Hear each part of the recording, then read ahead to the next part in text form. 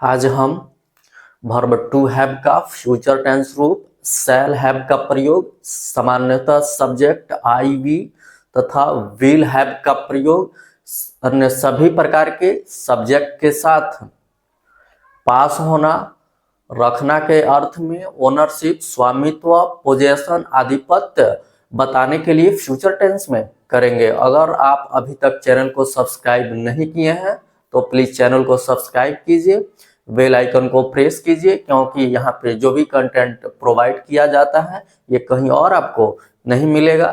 तो चलिए शुरू करते हैं। Future tense, verb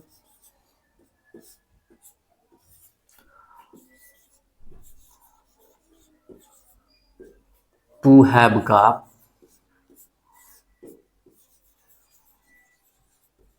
future tense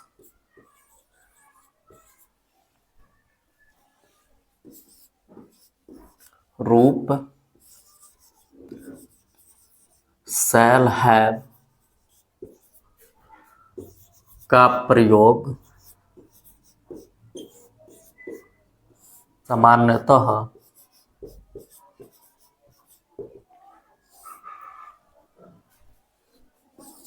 subject I we के साथ तथा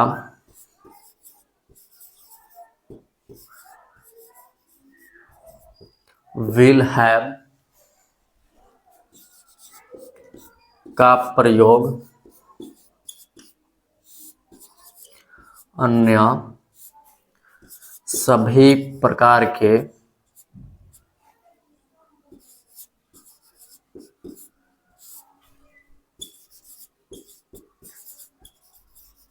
सब्जेक्ट्स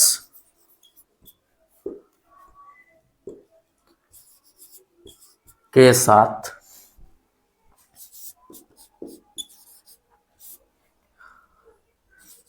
पास होना, रखना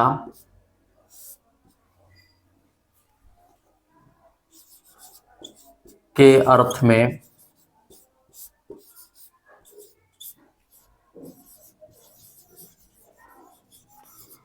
ओनरशिप, स्वामित्व,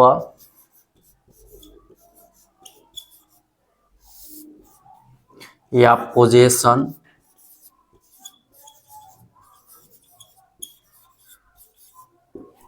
आधिपत्य,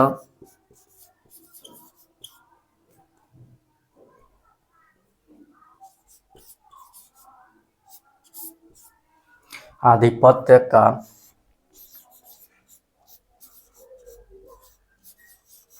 बोध कराने के लिए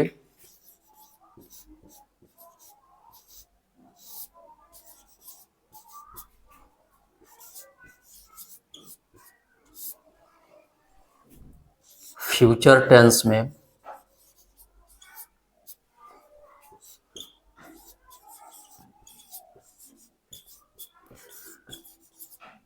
किया जाता है।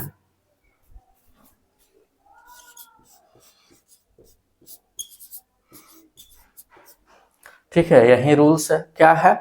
वर्ब टू हैव का फ्यूचर टेंस रूप शैल हैव का प्रयोग सामान्यतः सब्जेक्ट आई वी तथा विल हैव का प्रयोग अन्य सभी प्रकार के सब्जेक्ट के साथ पास होना, रखना के अर्थ में ओनरशिप, स्वामित्व, पोजेशन, आधिपत्य का बोध कराने के लिए फ्यूचर टेंस में किया जाता है। यही रूल्स है। जब हम फ्यूचर टेंस पढ़ रहे थे वहां पे भी हम ये पढ़ चुके हैं, यूज ऑफ शैल विल। जैसे हम वहां पे शैल का प्रयोग जिस सब्जेक्ट के साथ करते थे, आज भी हम शैल का प्रयोग जो है उसी सब्जेक्ट के साथ करेंगे।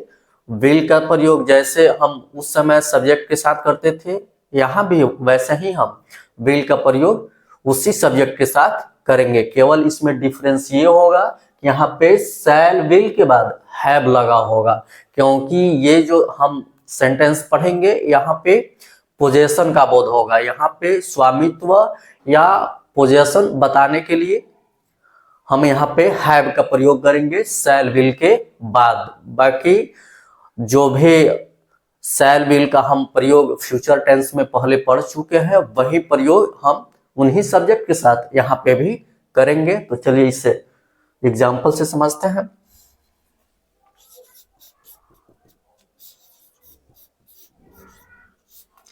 भारत के पास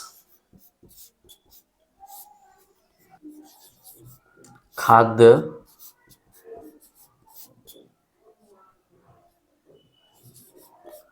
समस्या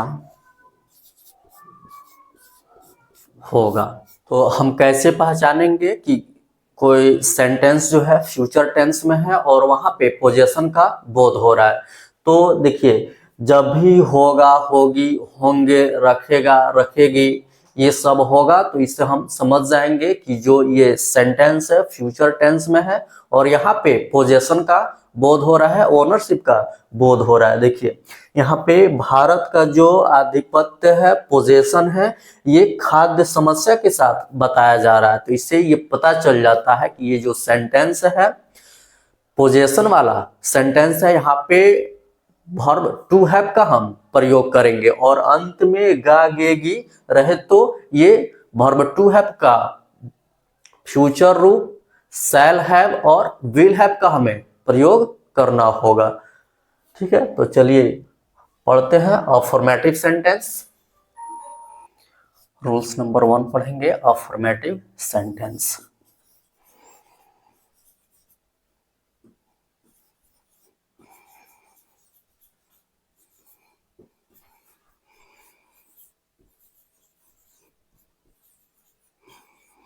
अफर्मेटिव सेंटेंस सकारात्मक वाक्य,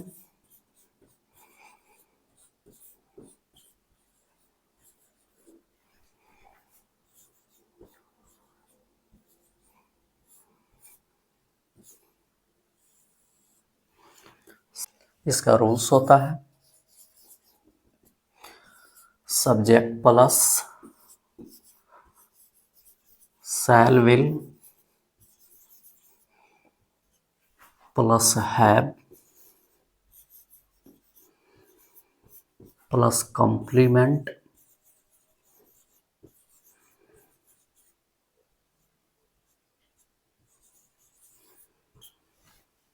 यही इसका रूल्स होता है। क्या है? Subject plus shall will plus have plus complement. यहाँ पे हम शैल हैव और विल हैव इसलिए नहीं लिख रहे हैं क्योंकि शैल के साथ भी हैव का प्रयोग होगा और विल के साथ भी हैव का प्रयोग होगा।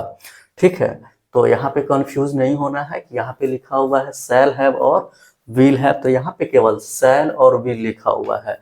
ठीक है, यहाँ पे जो प्लस हैव है ये शैल के साथ भी होगा और विल के साथ भी होगा। तो हम इसको इस तरह से लिख सकते हैं subject plus shall will plus have plus complement. अब आपको ये देखने से लग रहा होगा शैल विल कि आप फ्यूचर टेंस में जो पढ़े हुए हैं ये सेम वही है, यहाँ पे कोई डिफरेंस नहीं है, केवल इसमें ये पोजेशन वाला सेंटेंस है तो इसमें हैव आया हुआ है। अगर यहाँ से हम हैव को हटा दें तो फिर ये वही जो सिंपल फ्यूचर टेंस हम पढ़ रहे थे ये फिर हम वहीं पे चले जाएंगे। ठीक है, तो ये पोजेशन वाला है तो यहाँ पे हैव रहेगा। चलिए इसे एग्जाम्पल से समझते हैं।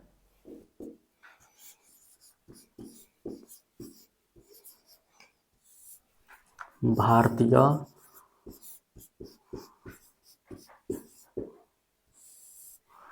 किसानों के पास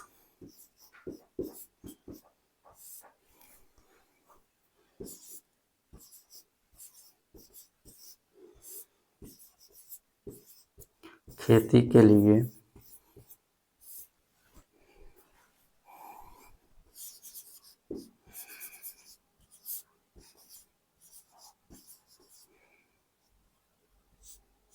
आधुनिक उपकरण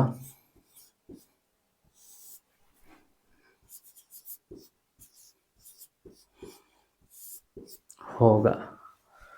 तो हमारे सामने जब भी कोई सेंटेंस आता है तो सबसे पहले हमें टेंस पता करना चाहिए। तो चलिए पता करते हैं कि इसमें कौन सा टेंस है? तो देखिए इसके अंत में गा है, तो इससे ये पता चलता है कि ये फ्यूचर टेंस में है।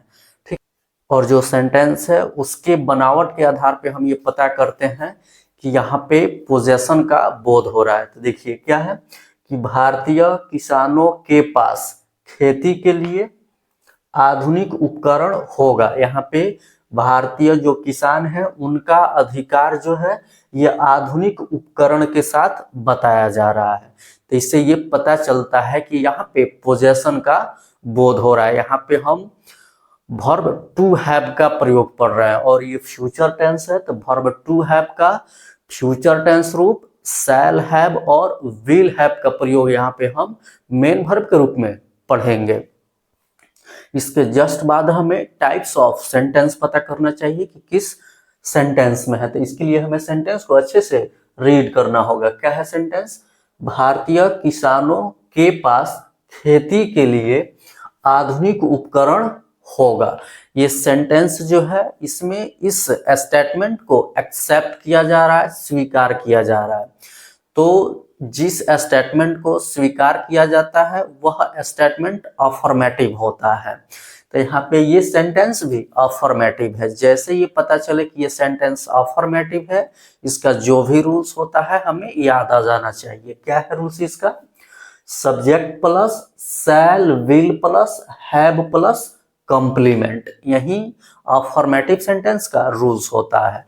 इसी के अकॉर्डिंग इस सेंटेंस को हमें अरेंज करना है। तो सबसे पहले हमें सब्जेक्ट चाहिए। सब्जेक्ट इसमें क्या है? भारतीय किसानों। भारतीय का क्या हो जाएगा? इंडियन। कभी भी भारतीय के साथ कोई नाउन आता है तो आप उसको प्लूरल बना करके रखिएगा, प्लूरल रखना है। तो इसका हो जाएगा इंडियन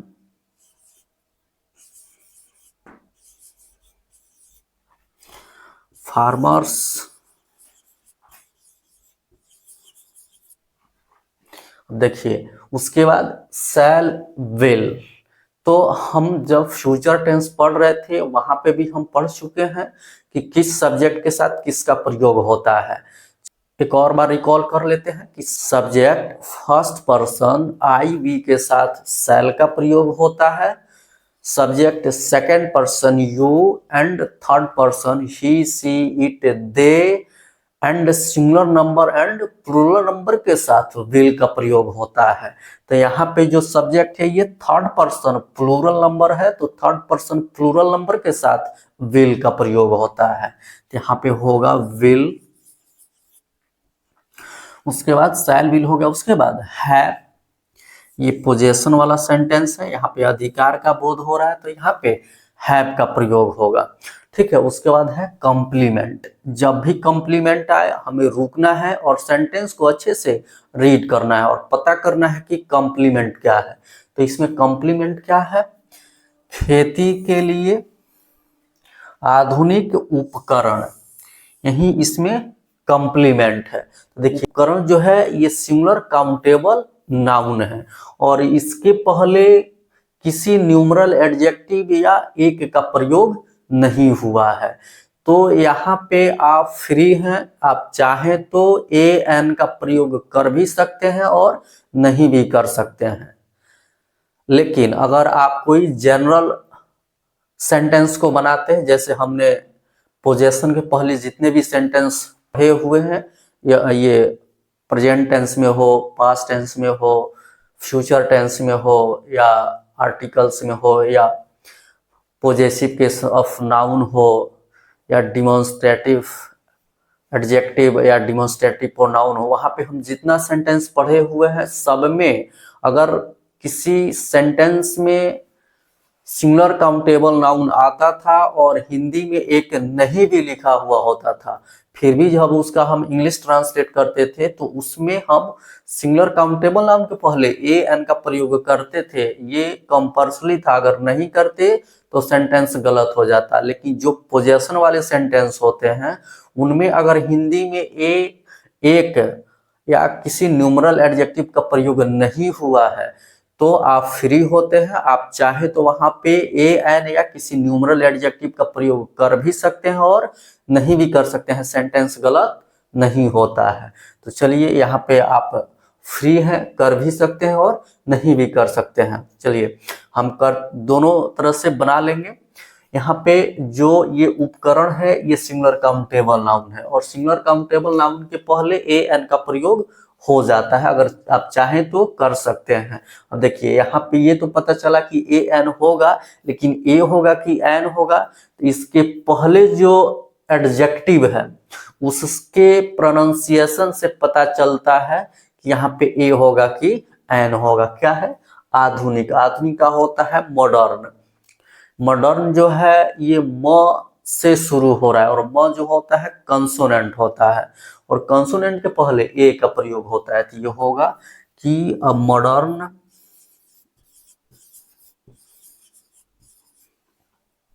उसके बाद उपकरण है तो इक्विपमेंट,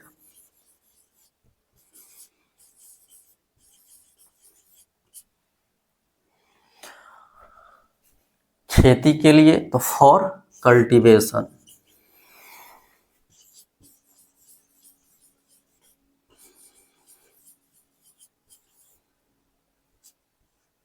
जितने भी स्टेटमेंट होते हैं निगेटिव हो या अफर्मेटिव हो, सबके अंत में फुल स्टॉप का प्रयोग होता है। इसे देना नहीं भूलना है, अगर इसे देना भूल गए तो आपका सेंटेंस सही होते हुए भी गलत हो जाएगा।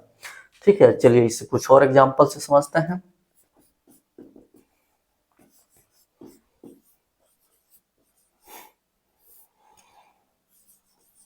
मोहन को 2 किताबें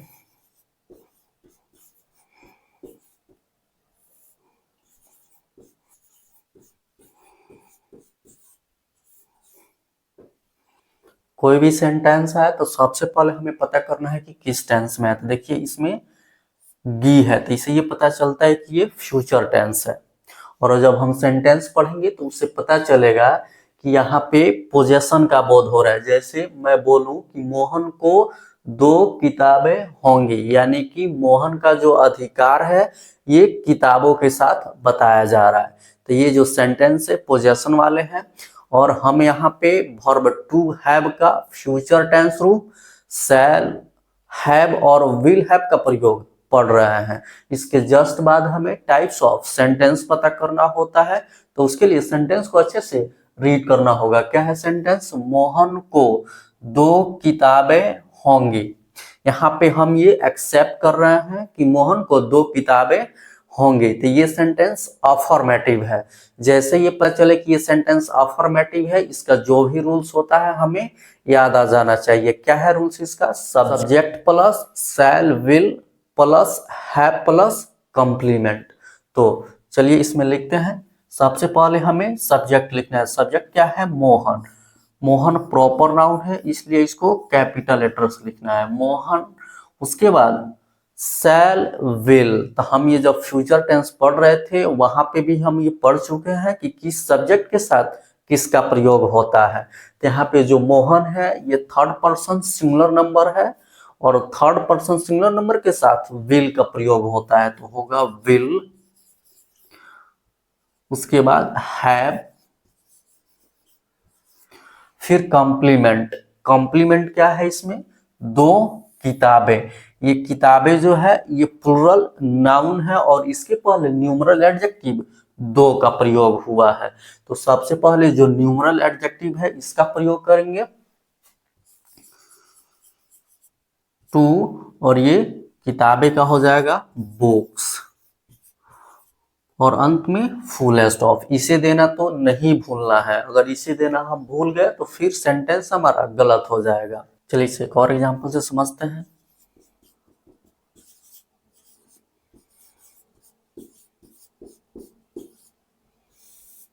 उन लोगों के पास एक नई कार होगी। तो सबसे पहले हमें कोई भी सेंटेंस है तो पता करना है कि किस टेंस में है। तो देखिए इसके अंत में गागे गी है, तो इससे पता चलता है कि यहाँ पे हम फ्यूचर टेंस पढ़ रहे हैं, और सेंटेंस से ये पता चलता है कि यहाँ पे पोजेशन का बोध हो रहा है। जैसे यहाँ पे उन लोगों का जो अधिकार है कार के साथ बताया जा रहा है। इसका मतलब ये हुआ कि यहाँ पे उन लोगों का जो अधिकार है कार पे है, यहाँ से पोजेशन का बोध हो रहा है। और हम यहाँ पे वर्ब टू हैव का फ्यूचर टेंस रूप शैल, हैव और विल हैव का प्रयोग पढ़ रहे हैं। इसके जस्ट बाद हमें टाइप्स ऑफ सेंटेंस पता करना चाहिए। तो क्या है सेंटेंस? उन लोगों के पास एक नई कार होगी। यहाँ पे हम इसको एक्सेप्ट कर रहे हैं कि हाँ उन लोगों के पास एक नई कार होगी। तो ये सेंटेंस अफर्मेटिव होगा। जैसे ये पता चले इसका जो भी रूल्स होता है हमें याद आ जाना चाहिए। क्या होता है रूल्स इसका? Subject plus shall, will plus have plus complement. तो सबसे पहले हमें सब्जेक्ट लिखना है। सब्जेक्ट क्या है? उन लोगों का। तो यहाँ पे उन लोगों को देख करके हम देयर का प्रयोग नहीं कर देंगे।